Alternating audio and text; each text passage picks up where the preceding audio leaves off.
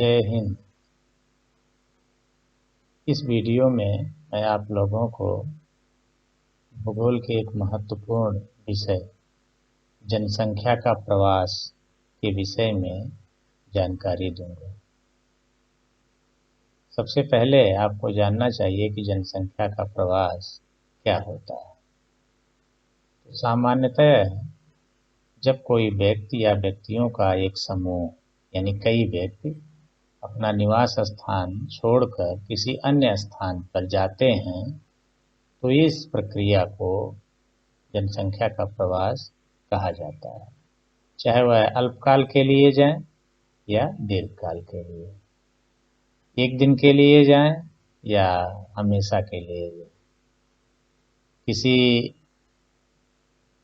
कारण से जाएं या बिना कारण के जाएं, किसी आकर्षण के कारण जाएं, किसी काम से जाएं या जबरदस्ती भेजे जाएं, सारी ही घटनाएं जनसंख्या प्रवास कहलाती हैं। इस जनसंख्या प्रवास के अध्ययन के जो महत्वपूर्ण आयाम हैं उनको हमने इस स्लाइड में दिखाया है, वो 5 हैं। सबसे पहला तो जनसंख्या प्रवास का अभिप्राय, दूसरा है जनसंख्या प्रवास के कारण, तीसरा है जनसंख्या प्रवास के प्रकार, चौथा है जनसंख्या प्रवास के प्रभाव और पांचवा है जनसंख्या प्रवास की धाराएं। अब इन सभी के विषय में मैं आपको संक्षेप में जानकारी दूंगा। सबसे पहला जो मुख्य बिंदु है जनसंख्या प्रवास का अभिप्राय, इसको मैं बता ही चुका हूँ, फिर से बता देता हूँ कि जनसंख्या प्रवास का अभिप्राय होता है जब कोई एक व्यक्ति या व्यक्तियों का समूह अपना वास स्थान छोड़कर किसी कारण से अन्य स्थान पर जाता है, तो इस घटना को जनसंख्या का प्रवास कहा जाता है। अब यह जनसंख्या प्रवास किन कारणों से होता है, यानी लोग क्यों अपना वास स्थान छोड़ करके अन्य स्थानों पर जाते हैं, तो उसका सबसे महत्वपूर्ण जो कारण है वो है प्राकृतिक कारण। जब किसी स्थान पर बाढ़ आ जाती है, सूखा पड़ जाता है, कोई महामारी फैल जाती है, सुनामी आ जाती है, भूकंप आ जाता है या अन्य कोई प्राकृतिक आपदा आ जाती है, तो अपना स्थान लोग छोड़ करके दूसरे स्थान पर चले जाते हैं और जनसंख्या का प्रवास हो जाता है। दूसरा है जनसंख्या प्रवास का आर्थिक कारण। अपनी आजीविका के लिए आदमी अपना घर छोड़कर दूसरे के यहाँ नौकरी करने, कोई बिजनेस व्यापार करने या किसी अन्य आर्थिक क्रियाकलाप के लिए अपना स्थान, अपना घर छोड़कर जब कहीं जाता है तो इस तरह के इस कारण से होने वाले प्रवास को यह जनसंख्या प्रवास का आर्थिक कारण कहलाता है। तीसरा महत्वपूर्ण बिंदु है जनसंख्या प्रवास का सामाजिक कारण। इसमें लोग अपने रिश्तेदारी में जाते हैं या लड़कियों का विवाह होने के बाद जब वह अपने ससुराल में जाती हैं तो ये भी जनसंख्या प्रवास का एक महत्वपूर्ण कारण है। इसी तरह से बच्चे शिक्षा प्राप्त करने के लिए स्कूल जाते हैं, कॉलेज जाते हैं, यूनिवर्सिटीज जाते हैं, यह भी जनसंख्या का प्रवास का सामाजिक कारण। अब जनसंख्या प्रवास का धार्मिक कारण।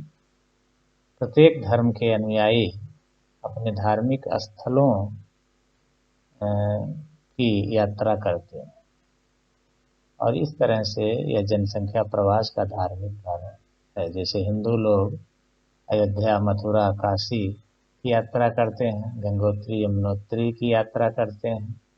उसी तरह मुस्लिम लोग देवा शरीफ, अजमेर शरीफ, मदीना आदि के लिए आदि की यात्रा करते हैं। पांचवा है जनसंख्या प्रवास का जो कारण, वह है राजनीतिक कारण। जैसे भारत और पाकिस्तान के विभाजन के समय लाखों की संख्या में जो हिंदू थे पाकिस्तान में वो भारत आए और भारत से लाखों की संख्या में मुस्लिम पाकिस्तान में। यह जनसंख्या प्रवास के राजनीतिक कारण ही हुआ था। इस तरह से कई बार दूसरे देश से आने वाले प्रवासियों को अपना देश या कोई भी अन्य देश अपना नागरिक बना लेता है।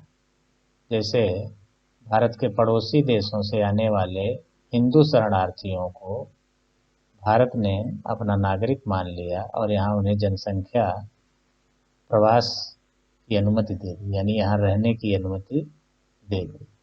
तो ये 5 बिंदु हैं जो जनसंख्या प्रवास के कारण कहलाते हैं। अब जनसंख्या प्रवास का प्रकार। जनसंख्या प्रवास के अनेकों आधार पर प्रकार बनाए जाते हैं। यहाँ 2 प्रकारों का उल्लेख किया गया है, एक तो समय के आधार पर और दूसरा कारण के आधार पर।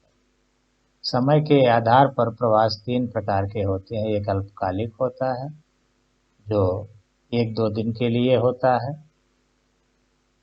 दूसरा मौसमी जो एक मौसम के लिए होता है, और तीसरा दीर्घकालिक या अस्थायी प्रवास है जो हमेशा के लिए होता है। तो अल्पकालिक प्रवास में कोई भी छात्र स्कूल जाता है और शाम को घर आ जाता है। इसी तरह कोई व्यक्ति अपने आजीविका स्थल पर काम करने के लिए जाता है और शाम को घर वापस लौटता है। इस तरह का जो प्रवास है वो अल्पकालिक प्रवास कहलाता है या दैनिक प्रवास कहलाता है। दूसरा है मौसमी प्रवास।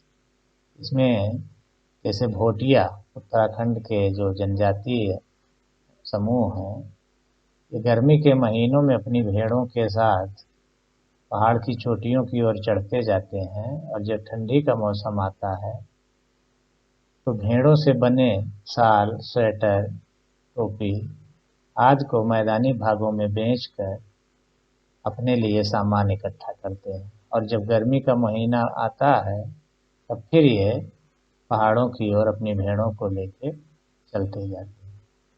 दीर्घकालिक या अस्थायी प्रवास, इसमें कोई भी व्यक्ति नौकरी करने के लिए या कहीं काम करने के लिए जहाँ जाता है वहीं पर अस्थायी घर बना के रहने लगता है। तो इस तरह का जो प्रयास होता है वो दीर्घकालिक या अस्थायी प्रवास कहलाता है। कारण के आधार पर जो जनसंख्या के प्रवास हैं वो 5 हैं। प्राकृतिक प्रवास, आर्थिक प्रवास, सामाजिक प्रवास, राजनैतिक प्रवास और धार्मिक प्रवास। अभी हमने जो प्रवास के कारण बताए, उन कारणों से होने वाले प्रवास को वही नाम दे दिया जाता है। जैसे अगर प्राकृतिक कारण से प्रवास होता है तो उसको प्राकृतिक प्रवास कहते हैं, आर्थिक कारण से प्रवास होता है तो उसको आर्थिक प्रवास कहते हैं, सामाजिक कारण से अगर प्रवास होता है तो उसे सामाजिक प्रवास कहते हैं, राजनैतिक कारण से प्रवास होता है तो उसे राजनैतिक प्रवास, और धार्मिक कारण से अगर प्रवास होता है तो उसे धार्मिक प्रवास कहते हैं। इस टॉपिक में जनसंख्या प्रवास के प्रभाव के विषय में बताऊंगा। तो इसके जनसंख्या प्रवास के अनेक प्रभाव होते हैं, जिनमें से मैंने यहाँ 6 बिंदुओं का उल्लेख किया है, जिसको क्रमवार आपको बताता हूँ। सबसे पहला है जनसंख्या भार में परिवर्तन।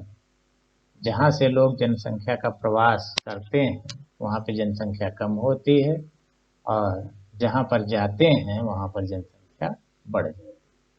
जैसे गांव छोड़कर लोग जब शहरों में आजीविका के लिए आते हैं तो गांवों में जनसंख्या का भार कम हो जाता है, जबकि शहरों में जनसंख्या का भार बढ़ जाता है। दूसरा बिंदु है सांस्कृतिक समेकन।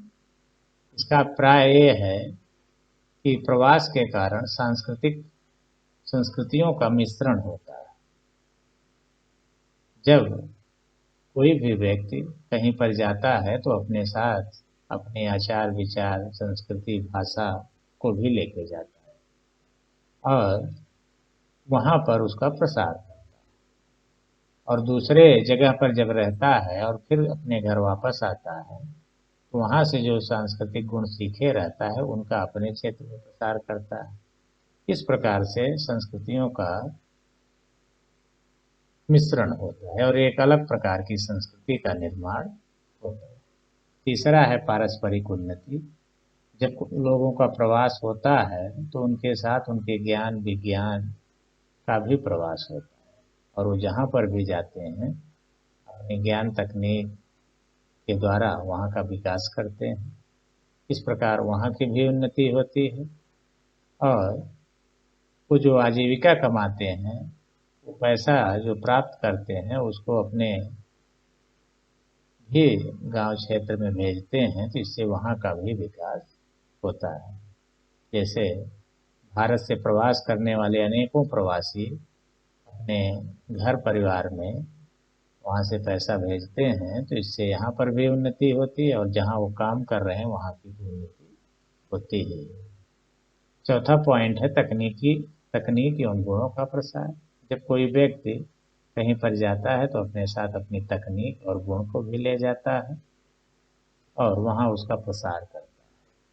इसी तरह से जब वहाँ से अपने गांव स्वदेश वापस लौटता है तो वहाँ की तकनीक और गुणों को ले आता है।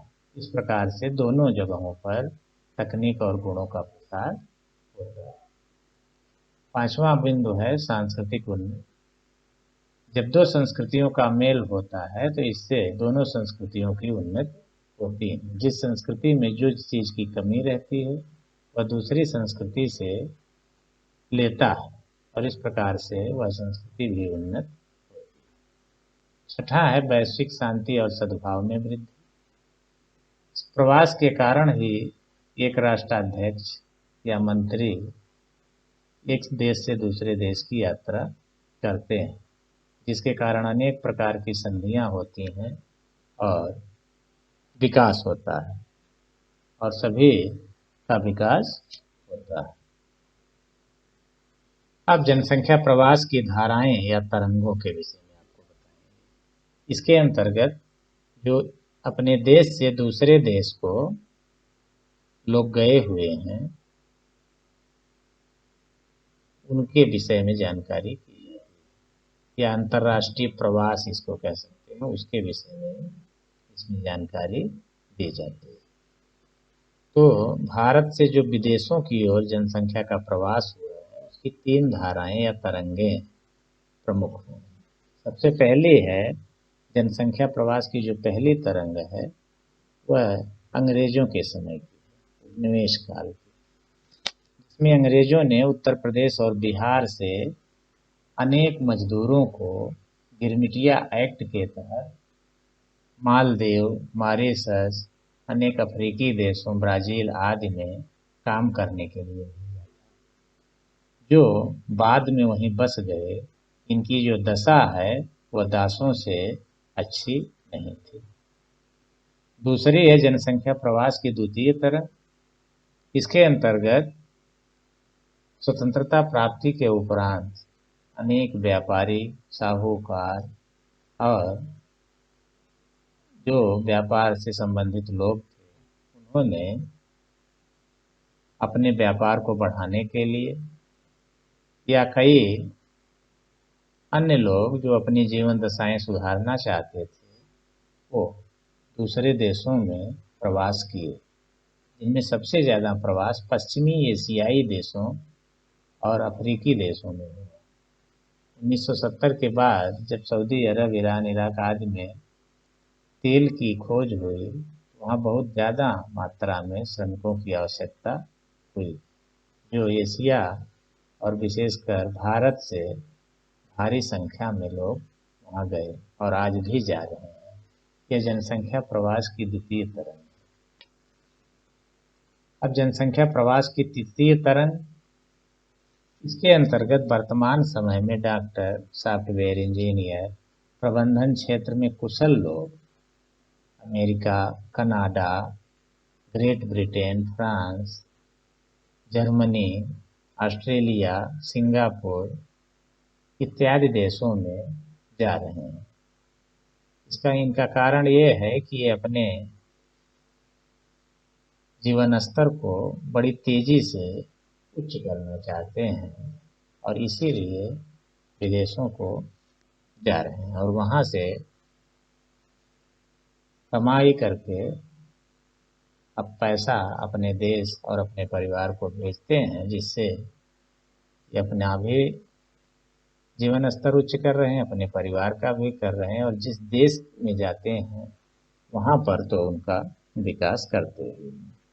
तो ये जनसंख्या प्रवास की 3 अंतर्राष्ट्रीय धाराएं या तरंगे। इस वीडियो में इतना ही। Thank you.